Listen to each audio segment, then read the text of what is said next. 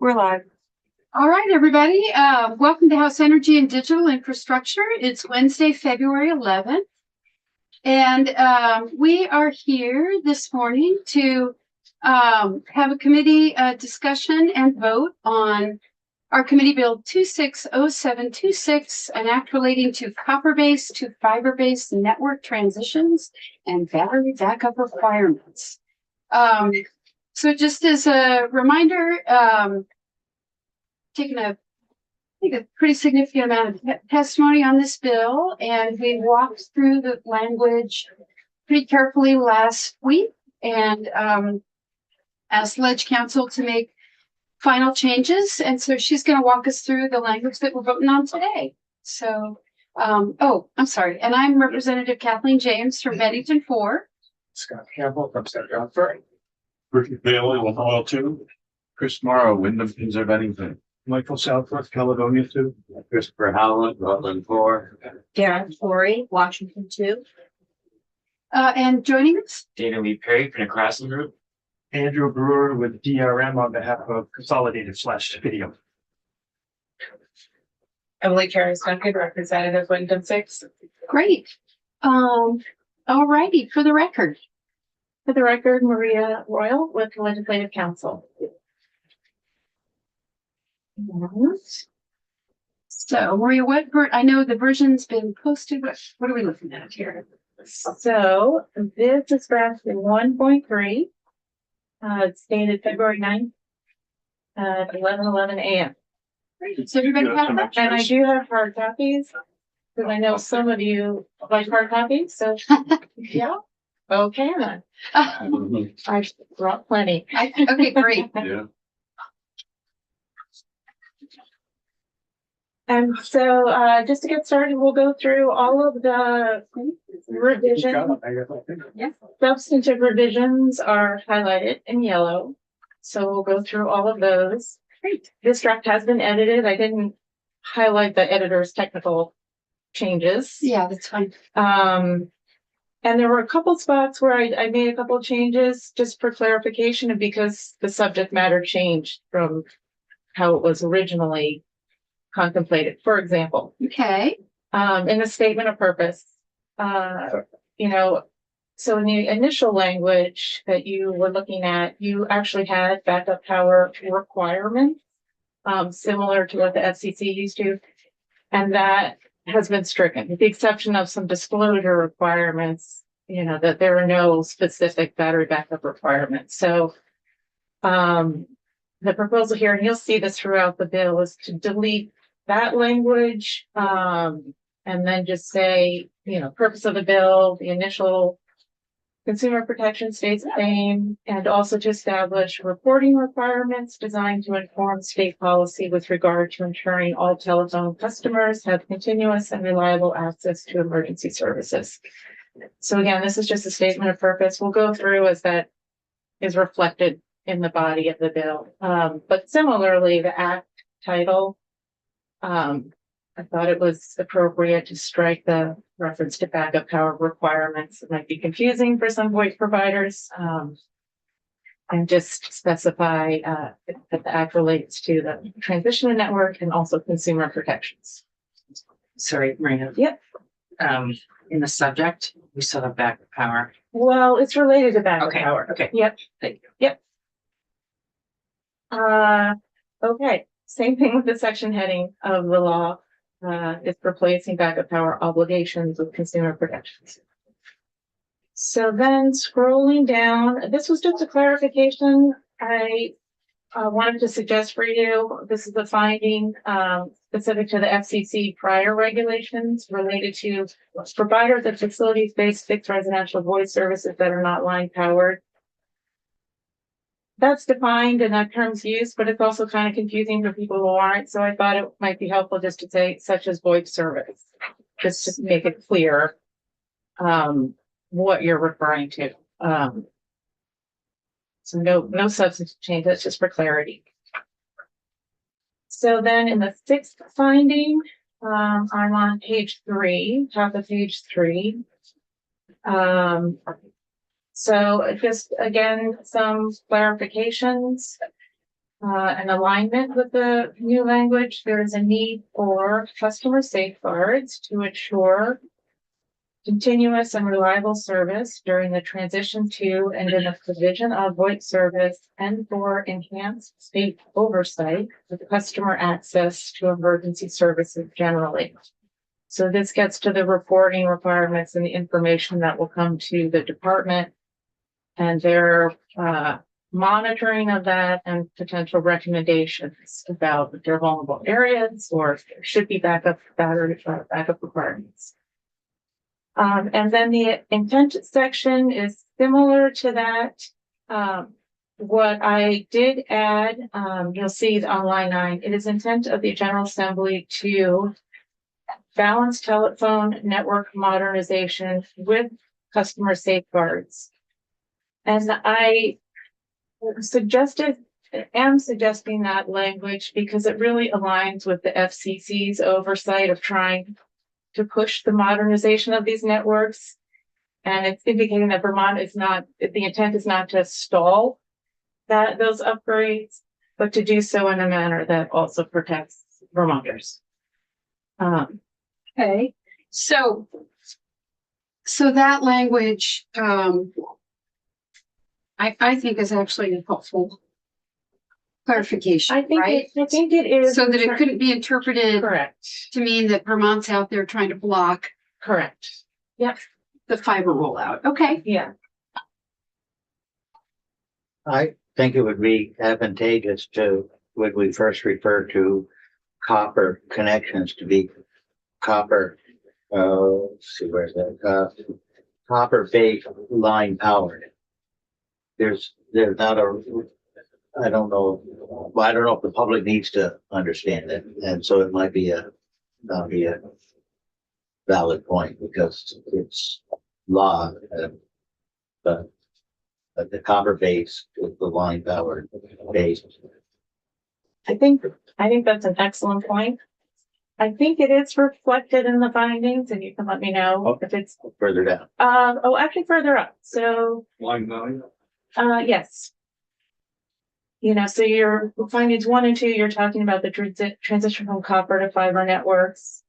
And then on line 9, finding number 3, and this is on page 2, unlike traditional service over self-powered copper-based network, and then distinguishes a fiber-based network is not line powered. And so I think that Okay, I gets missed to that. the heart of, no, I think it's a great, actually appreciate the clarifying questions. So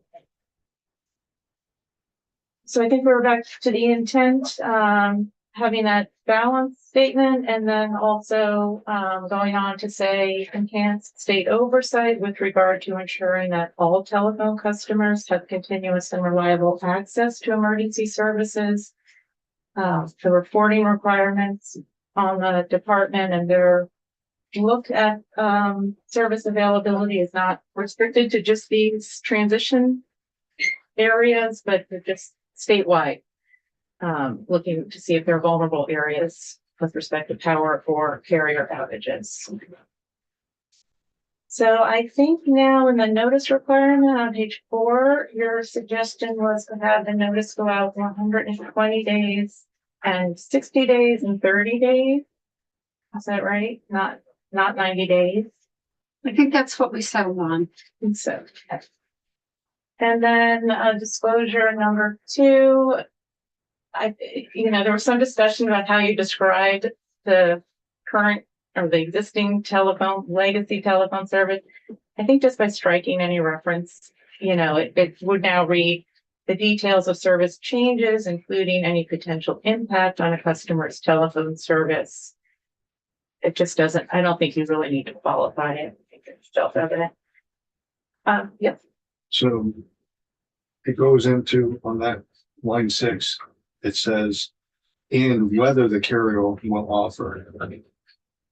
So is that stating that they don't have to?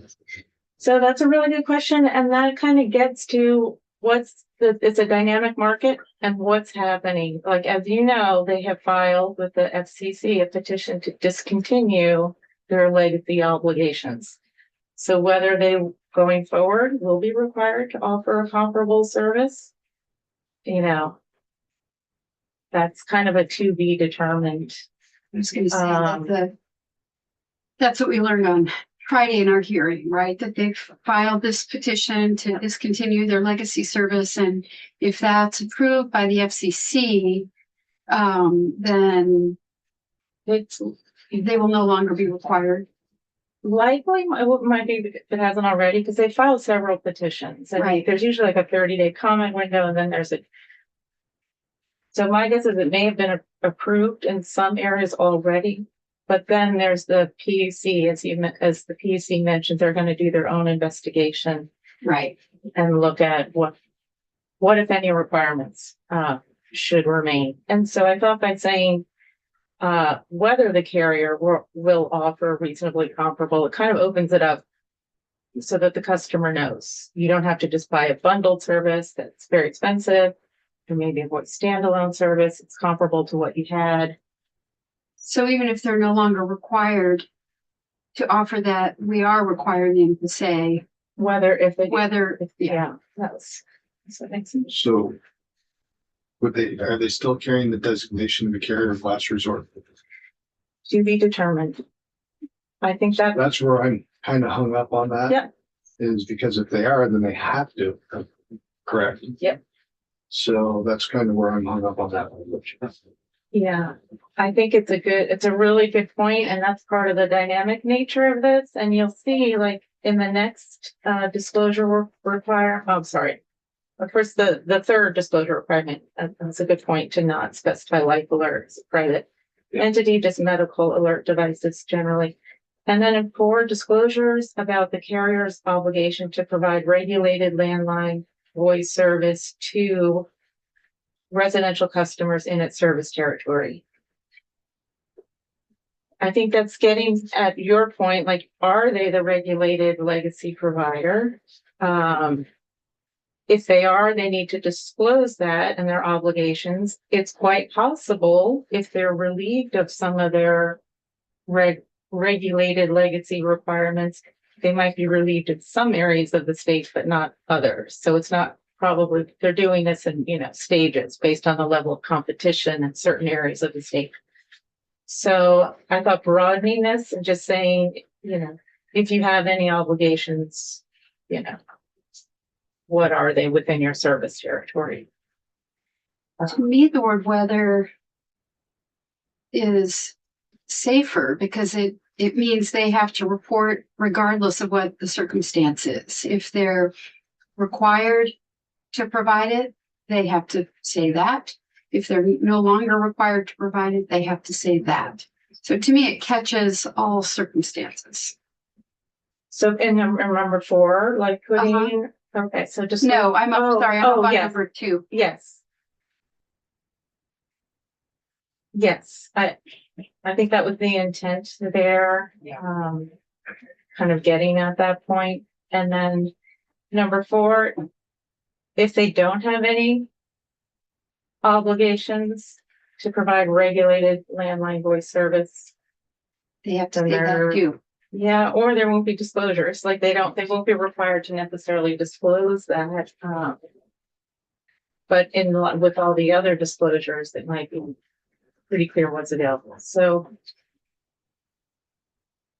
open to any other qualifications you think might be helpful. Yes. So just to qualify what I think we're trying to do here, as you keep saying, this is a dynamic space where federal regulation may be changing, technology is changing. And we have at least one entity that has not actually been great about notifying us. And so trying to provide more details about when they have to notify us, like we cannot stop. Well, I shouldn't say we cannot stop. If federal obligations change, Kohler's federal, right? Or is it state?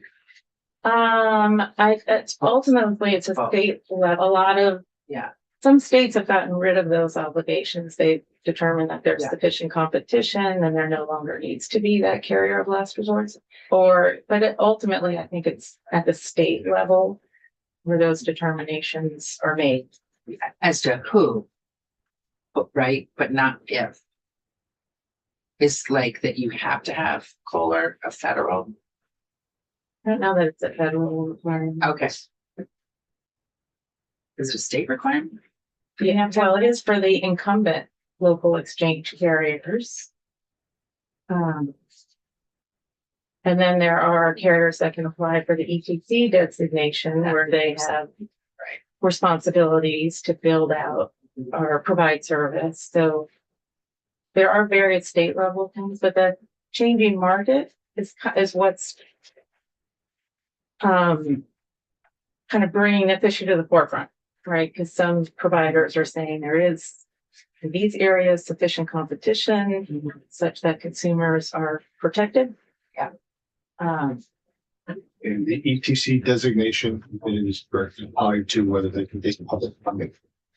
Yeah. Okay. And that is a state designation. That's the PUC makes that designation. So they can't appeal the FCC to be relieved of their carrier class. They have, the carrier, well, they have petitioned, they filed an application to be relieved of their legacy requirements, traditional. But it's now being looked at the state level, whether the PUC is willing and believes that's in the best interest of homeowners. So that will be based on their investigation and looking at the market and looking at consumers and whether they're adequately protected. So is weather also contemplating that a carrier would discontinue copper service and not provide any replacement service? In other words, cut the copper and no fiber.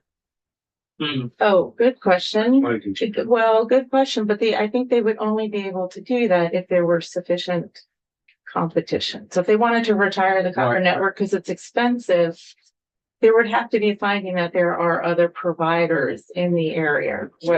How do we know that?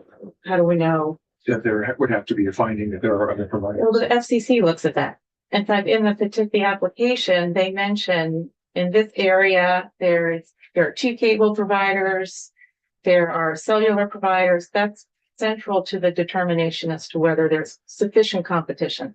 So I guess, yeah, the question is, and this, it might, thank you for bringing it up. Is it possible that a carrier could cut copper to an address that doesn't have cable or fiber? Has no other service? Right. Not likely, because competition is the central finding in order to relieve the carrier of its responsibility. But is that go address by address? Or? I believe so. I mean, but I think that's within the PUC's jurisdiction. Yeah. And I mean, the PUC would have to answer that question. Yeah. But it's hard to imagine that just addresses will be completely cut off and there's not one other provider, whether Yeah. it's cellular or cable. Okay. Well, no, I agree. It's hard to Yeah. imagine that, but we're trying to think of all, Yeah, no, all possibilities here, right? yeah, So the weather in this case is actually whether the current carrier is providing another service. But there might be, we're assuming that there's some carrier providing a service. and that they may be able to tailor, okay, we'll let you, be relieved, no longer have to provide service on the old network, except in this area. There may be Yeah. some flexibility to make sure, but I don't know exactly how. I mean, I guess we're relying on that. I don't, and I don't know whether we need to say it somewhere, and then maybe we don't need to say it right this second, but it's just, Sure. Just throwing words out. And instead of whether saying, and what the carrier will offer as a reasonably comparable replacement. So What if they're not presuming that they Right. will, that they are going to offer, And what they will offer. okay. Well, they may not be required to offer though. I was Yeah. trying to keep it broad enough. I'm just trying to figure out a way to safeguard everyone. Yeah. Well, what I'm And if you. What I'm trying to- It's a tricky one. It is tricky. You know, what I'm trying to focus on is that we're making sure that we're requiring them to disclose every last scrap of relevant information while understanding that this bill doesn't control and can't control what they are going to be required or not required to do. And That's, you know what I mean? Like that at the FCC level or the PUC level, that's where the decisions are going to be made that aren't in our jurisdiction about that, what they're required or not required to do. We're trying to make sure that we have the right language to make sure that they're notifying customers that, you know, that the language is really clear about what they're required or not required to do or what they're going to offer or not offer. But this bill can't make those decisions for the PUC or the FCC. And I really share the concern and Yeah. worry, which is why I think it's important that we left in the department monitoring of what's going on and the reporting to the department. Would it be helpful to say, in line 6, we have whether the carrier. Would it be helpful or legally okay in line 13 to say disclosures about whether the carrier is obligated to? Does that get that same broadness? I think so. I mean, because then they have to say, we are obligated to provide this, or we are no longer obligated to provide this.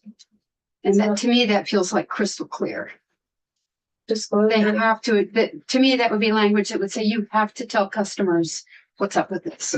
So disclosures about whether the carrier is obligated to provide regulated. Well, you're the lawyer. And I don't mean that flippantly. I mean like, that's what I'm trying to get at. Yep. But I don't know the right, you know, the correct legal language. I'm just trying to get at making sure that they address it.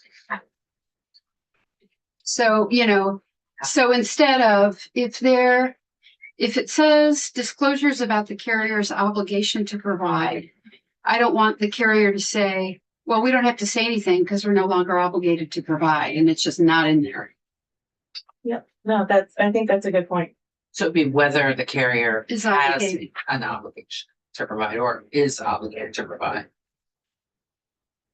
To me, that means they have to say it either way. Mhm. And I don't know if that helps with Rep. Southworth's question too. It's like, we can't make them provide it, but we can make them tell people. Would you have to keep all in a sentence? I think it's better without all because they might do it, you know, piecemeal in their service territory. So they might say, we don't have to provide everybody, you know. I see.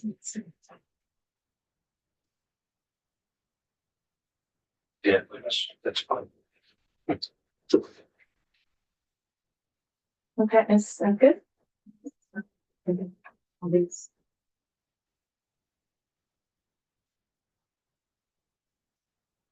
Okay. Oh, so, disclosure number 6. This is, just consolidating the rules. Because there had been a citation of rule 7.600. And then further down, it's shown as stricken now, rule 7.605. It's really just all part of, 7.600. And then there are various sections. So now it just reads a link to the consumer protection rules and rule 7.600. It states the name of that rule and then specifies that rule includes a consumer bill of rights. And that was that rule 7.605. But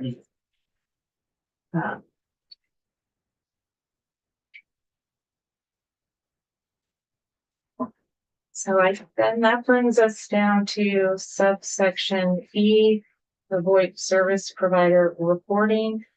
If you wanted to change the language to reflect that carriers, do not have to, are not required to offer battery backup, and the cost may fluctuate. So, instead, they do have to provide the number of customers who have purchased battery backup systems from the carrier, and then including the purchase and installation costs, so specific to those purchases.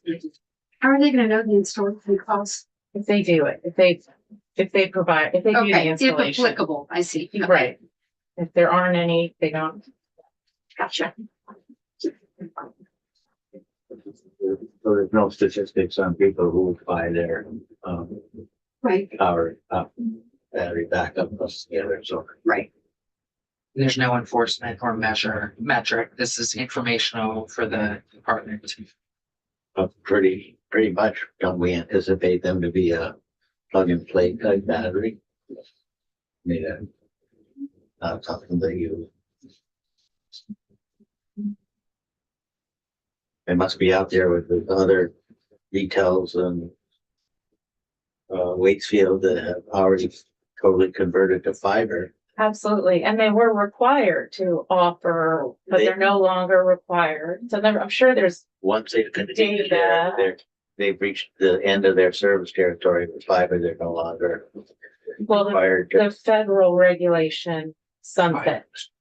So there is no federal requirement. There is a report back from the department to look at whether there should be state requirements about providing So backup power. is this bill gonna, backdate retro regress to all the fiber carriers in the state who've already converted?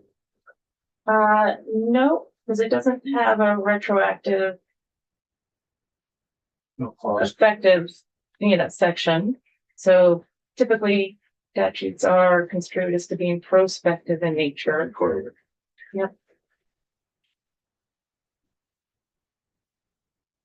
And then the only other change in this section was just, if they have known incidents where 911 access was impaired or interrupted.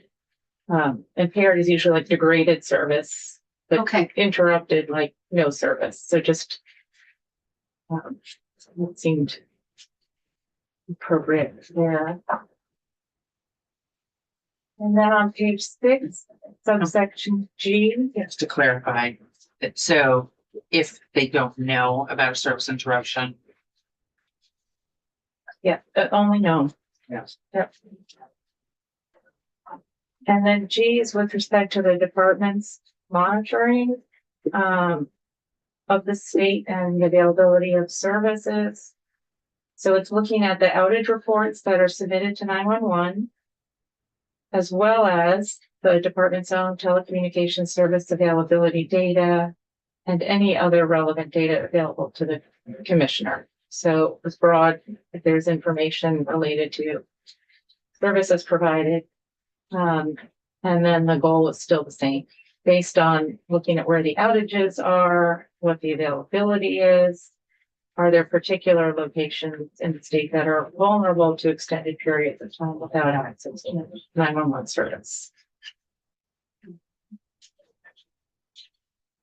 So, Yes. so the outage they're reporting the what? The outages of the power company as. It's the network, the carrier, the telephone carrier, if So if they they're, have an outage from their Fiber. control box.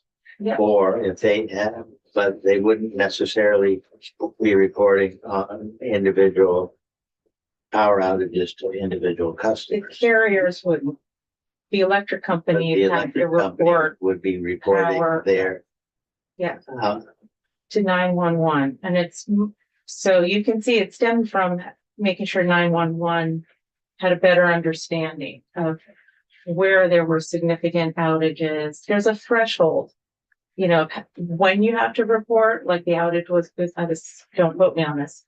The outage lasted more than 30 minutes and was in a certain area, right? So there are the thresholds, but the idea being that significant enough that the 911 should know about And the they would be the carriers. data collector of the power outages would be reported to the 911 board. And the carrier outages also, right now, they're required to report. That's an existing law. So this is just saying that the commissioner will just review those reports and then compare it with their own data about service availability. So maybe less of a concern if they're cellular providers that, unless they're the ones that out, just trying to determine what other voice options are available, if there are alternatives, and if not, this is something the state wants to be aware of and act.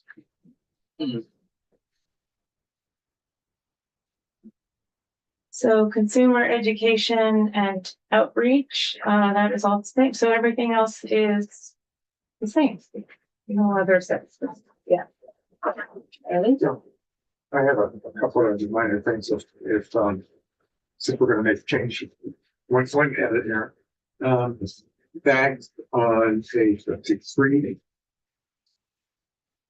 Under definition, line 16, the definition of line 15.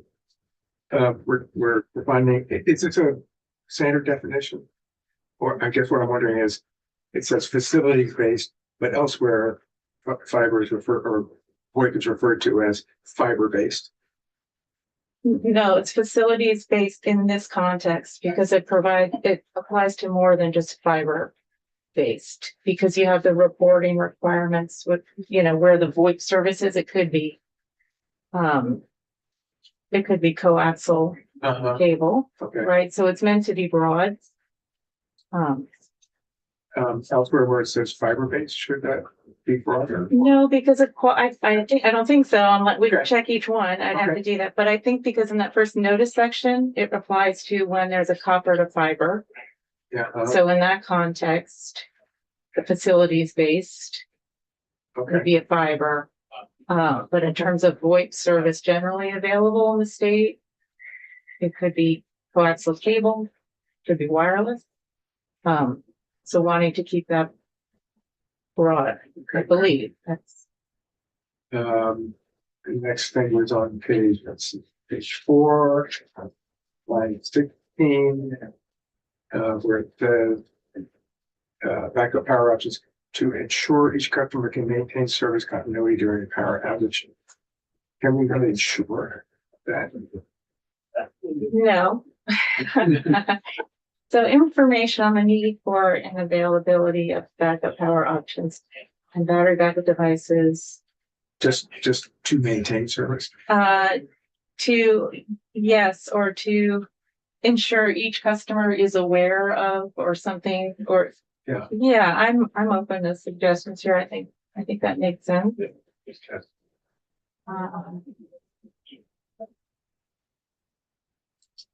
Right, yeah, I mean, I guess like, one thought I had was just to strike out ensure each customer can, and just say backup battery option devices to maintain. Sure. service. Yep.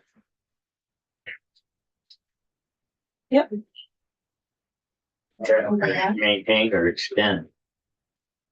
Maintain is both Yeah. ends of the yardstick. Right, Maintain may only make it halfway down the yardstick. well, yeah, The time element of the battery being able to back up the system. Isn't that the point that if you don't have battery, you can't maintain service?